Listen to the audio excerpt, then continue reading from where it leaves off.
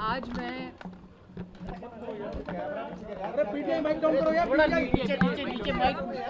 भाई साहब थोड़ा पीछे चले जाएं भैया, थोड़ा सा पीछे। Everybody step 1 2 3 steps back please put the mic. आज मैं देश के हर माता पिता से अपील करना चाहती हूँ। कुछ लोगों के लिए ये फिल्म कल्पना है, बहुत सारी लड़कियां और उनके परिवारों के लिए केरल प्रदेश में यह हकीकत है। फिल्म के अंत में रियल विक्टिम्स का स्टेटमेंट जो पीड़ित परिवार हैं वो स्वयं कैमरा पर आकर देश से अपील कर रहे हैं। साल 2017 में नेशनल कमीशन फॉर विमेन ने इंट्रैपमेंट और रिलीजियस कन्वर्जन्स के संदर्भ में एक कमेटी के माध्यम से केरल पुलिस को कुछ तथ्य सौंपे थे। ये सार्वजनिक जानकारी में भी विषय है। वो राजनीतिक दल जो लड़कियों के एंट्रैपमेंट, फोर्सिबल कन्वर्जन और आइसिस ब्राइड्स को झुठलाते हैं, उनसे मैं अपील करना चाहती हूं। यह फिल्म आतंक और आतंकवादियों के खिलाफ है। अगर आपने इस फिल्म को अपने प्रदेश में प्रदर्शित करने से रोका है तो आप देश को ये संकेत और संदेश दे रहे हो कि आप आतंक के समर्थक हो, महिला सुरक्षा और बेटियों की सुरक्षा के समर्थक नहीं हो। मैं आज राष्ट्रीय सुरक्षा से संबंधित इस विषय पर विशेष रूप से जनता से कहती हूं कि वो उन राजनीतिक दलों का विशेष निषेध करें जिन्होंने इन फिल्मों के माध्यम से जो तथ्य सामने आए हैं उनका बहिष्कार करने का दुस्साहस किया है। आइसिस ब्राइड्स, इंडोक्ट्रिनेशन, ये एक हकीकत है और जिस राजनीतिक दल ने इस हकीकत को स्वीकार करने से इनकारा है, उन राजनीतिक दलों पर यह आरोप है कि वो महिला के एंट्रैपमेंट और महिला को आतंकवादी गतिविधियों में ट्रैप करने का समर्थन कर रहे हैं। This is a wake up call for parents, young women and society at large. This film is a wake-up call. I will like to appeal to every parent who is conscientious about facts. This film may be a fictionalized version inspired from true events, but it is a fact that the National Commission for Women in 2017 through a committee has given reports and appeals from victims and families to the police in the state of Kerala. Every political party that stands in opposition of this film stands with terrorist organizations. That is my belief as a parent.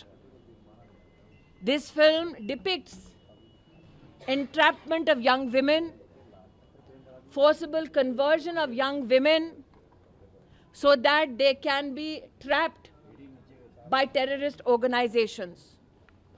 Those political organizations that disallow citizens of our country from viewing this are standing in support of such terror methods. My appeal to parents, society at large, is that this film is a wake-up call. It is not infotainment. It is not entertainment. The lives of young girls how is it put at stake? This film is a testimony to it.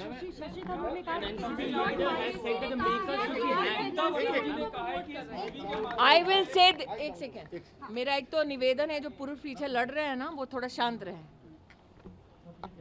Shashi Tharoor की ये कहानी नहीं हो सकती, क्योंकि शशि थरूर की कहानी का वास्ता उस साधारण महिला से नहीं है जिसको केरल में एंट्रैप किया जाता है, फोर्स किया जाता है, और ऐसी लड़कियों का बलात्कार अथवा उनका फोर्सफुल कन्वर्जन कल्पना नहीं है. राष्ट्रीय महिला आयोग द्वारा ये रिपोर्ट 2017 में कुछ केसेस के बारे में ऑलरेडी प्रस्तुत की जा चुकी है. जो जानबूझकर इस सत्य को नकार रहे हैं वो अंतर्राष्ट्रीय खबरों को ना नकार सकते हैं. अंतर्राष्ट्रीय एजेंसीज ने इस विषय पर जो टिप्पणियां की हैं, एविडेंस प्रस्तुत किए हैं, ना उनको नकार सकते हैं. वो देश में भ्रम की स्थिति विकसित ना करें.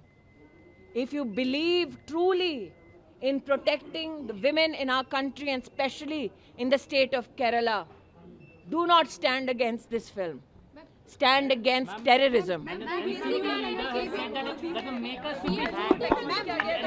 My appeal to the government in the state of Maharashtra, those who threaten the filmmaker for speaking out against terrorism, action under the law should be taken. It is astounding that a political leader threatens not those individuals that try to entrap young girls and sell them or convert them forcibly, that they stand against those filmmakers who speak the truth. Such political entities should be severely acted upon. This is an issue of security and hence should be dealt with forcefully under law. एक second,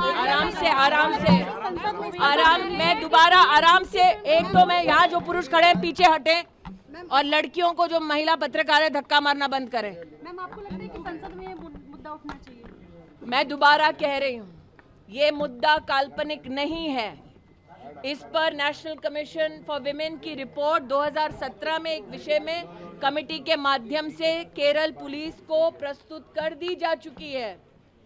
जैसा कि film में आपने देखा, अंत में लड़कियां जो विक्टिम है, परिवार जो विक्टिम है, वो कैमरा पर आकर बोल रहे हैं बेखौफ.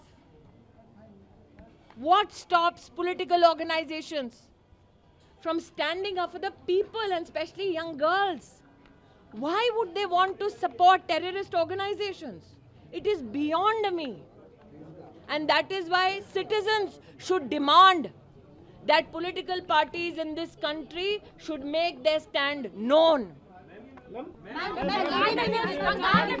मैं आज ममता बंदोपाध्याय से पूछना चाहती हूं कि जिस फिल्म में आतंकवादी गिरोह का पर्दाफाश हुआ है, जिस फिल्म में रियल लाइफ विक्टिम्स फिल्म के अंत में समाज से, राष्ट्र से, राजनीतिक दलों से अपील कर रही हैं, मदद की गुहार लगा रही हैं, ऐसे में ममता बंदोपाध्याय ने विक्टिम लड़की और परिवार का समर्थन करने की बजाय टेरर ऑर्गेनाइजेशंस का समर्थन क्यों किया? वोट बैंक की राजनीति मुझे समझ आती है, टेरर बैंक की राजनीति समझ के परे है.